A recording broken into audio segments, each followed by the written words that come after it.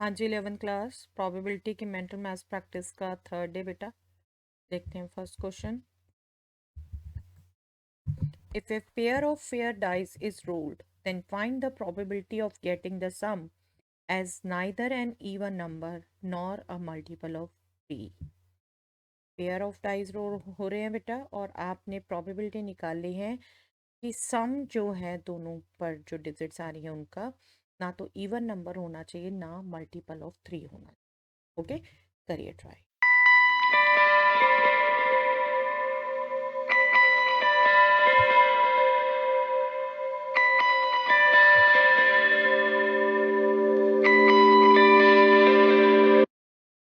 देखिए यहाँ आपको सिंपली जो हमने लास्ट क्लास में भी बात की थी बेटा, जब पेयर ऑफ डाई रोल करते हैं तो आपको रिकॉल करने थे क्या क्या सम आते हैं। 2 3 4 5 6 7 8 9 10 11 12, राइट। और इनके फेवर में केसेस कितने होते हैं? 1 2 3 4 5 6 4 3 2 5, सॉरी, 4 3 2 1, राइट। ये लास्ट में भी रिकॉल कराया था। अब आपको क्लियर कट कह रखा है कि इवन नहीं होना चाहिए और मल्टीपल ऑफ 3 भी नहीं होना चाहिए। तो ये कट गया, ये कट गया। इवन नहीं होना चाहिए तो ये ऑल्टरनेटिव तो सारे कट गए आपके, ठीक है। मल्टीपल ऑफ 3 6 कट गया ऑलरेडी, 9 भी कट गया। तो क्या रह गया? 5 7 11 हो सकता है। इसके फेवर में केसेस 4 6 2, 10 12, और टोटल केसेस 36। 12/36, 1/3। सिर्फ आपका रिकॉल रिकॉल चाहे आप इस टेबल से करें चाहे आप विजुअलाइजेशन ग्रिड 6/6 से करें, जैसे भी करें, ठीक है। ये पैटर्न आपको पता है, ग्रिड से भी बता रखा है आपको। जैसा भी आप रिकॉल कर सकें, 12 ये आपको फटाफट रिकॉल होना चाहिए। 12/36, 1/3। चलिए next. If a is an integer belonging to the closed interval 1 to 20, then find the probability that the graph y is equal to x square minus 2 times a minus 3x plus 5 minus a is strictly above the x-axis। एक यहाँ जो condition चाहिए होगी बेटा, graph में वैसे भी कुछ बच्चे मिस कर देते हैं, वो मैं आपको बता देती हूँ। अगर ये आपकी एक इक्वेशन है, ये इस फंक्शन के ग्राफ की अगर हम बात कर रहे हैं, तो ये स्ट्रिक्टली अबव एक्स एक्सिस, मतलब ऊपर होगा। कब? जबकि ये ए एक्स स्क्वायर का कोफिशिएंट पॉजिटिव हो और ये जो क्वाड्रेटिक एक्सप्रेशन बना रहा है इसमें जो डिस्क्रिमिनेंट है वो नेगेटिव हो, ठीक है। ये एक पॉइंट आप ध्यान में रख सकते हैं। इसको रिकॉल करते हुए आप ट्राई करिए क्या आपकी वैल्यू आती है।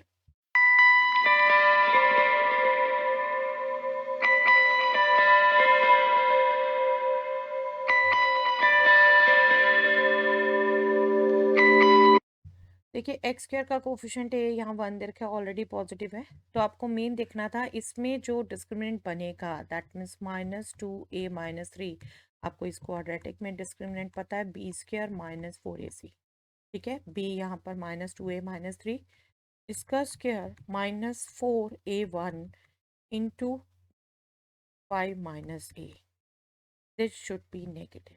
बस इसको आपने क्विकली देखना था बेटे। 4 यहाँ भी आ रहा है, सीधा बस इसको ए स्क्र -6 से +9, और इधर आप खोलें ओपन करें -5 + a, this should be less than 0। और ये आपकी क्वाड्रेटिक बन गई, ए स्क्र -5a + 4 लेस देन 0। तो आपका क्वाड्रेटिक एक्सप्रेशन बन गया। इसकी मिडल टर्म इजली ब्रेक हो जाती है, -1 -4। आप वेवी का मेथड रिकॉल कर सकते हैं। 1 और 4 नेगेटिव चाहिए, ये पॉजिटिव, ये नेगेटिव, ये positive. That means a belongs to open interval 1 to 4 होगा, स्ट्रिक्टली लेस देन 0 चाहिए। दैट मीन्स ए या तो 2 हो सकता है या 3 हो सकता है, 2 वैल्यूज। जबकि ये क्लोज इंटरवल में से बात कर रहे हैं, 20 वैल्यूज हैं टोटल, 2 फेवरेबल, तो आपकी प्रोबेबिलिटी हो गई 1/10। ओके, बस ये कंडीशन याद रखिए बेटा। ओके, चलिए next. If A is an integer lying in the closed interval minus 9 to 10, then find the probability that the graph y is equal to minus x square plus a minus 1 times x minus 9 is strictly below the x-axis. अभी आपको condition बताई थी बेटा पिछले question में, y is equal to ax square plus bx plus c. ये graph below x axis तब लाई करेगा जब a नेगेटिव होगा और यहाँ पर भी डिस्क्रिमिनेंट नेगेटिव होगा. ठीक है, ये कंडीशन ध्यान रखिए, करिए अप्लाई, दीजिए प्रोबेबिलिटी निकाल के.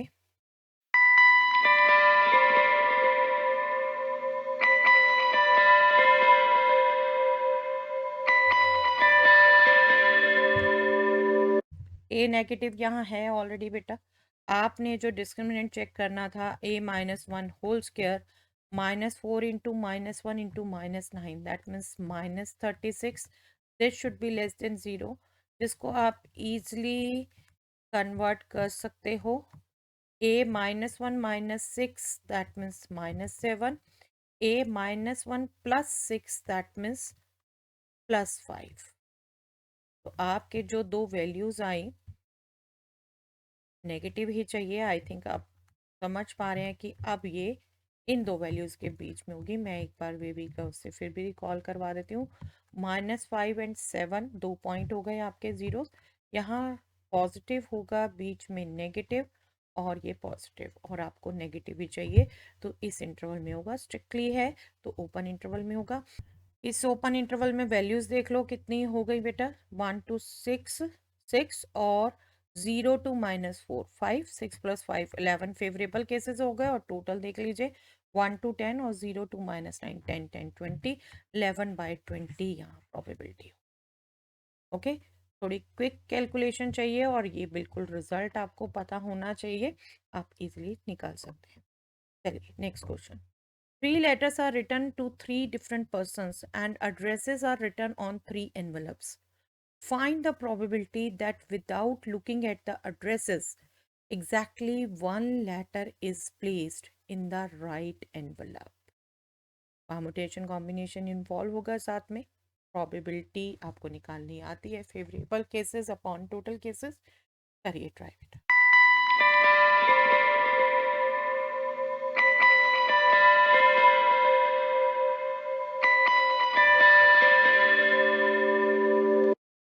देखिए सिंपल अंडरस्टैंडिंग है. 3 लेटर्स हैं L1 L2 L3 और 3 एनवलप्स हैं जिन पर जहाँ पर जाने हैं उनके एड्रेस लिखे हुए हैं. आपसे पूछा है प्रोबेबिलिटी क्या होगी कि एग्जैक्टली वन लेटर सही एनवलप में जाए.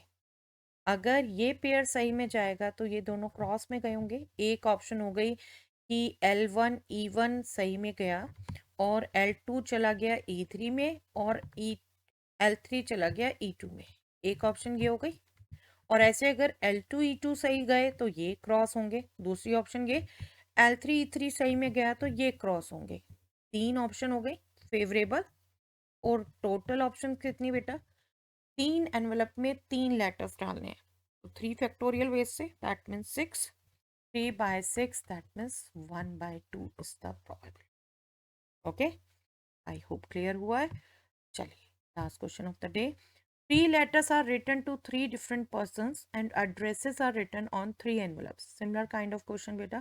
Find the probability that without looking at the addresses, all three letters are placed in the right envelope. अब right envelope में है तीनों letters. बताइए बेटा probability.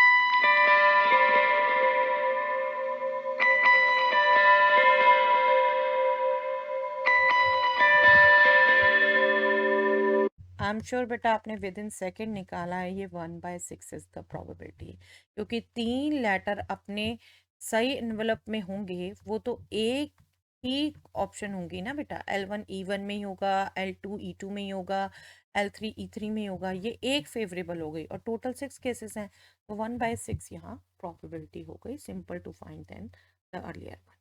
ओके, चलिए आज के लिए इतना ही बेटा.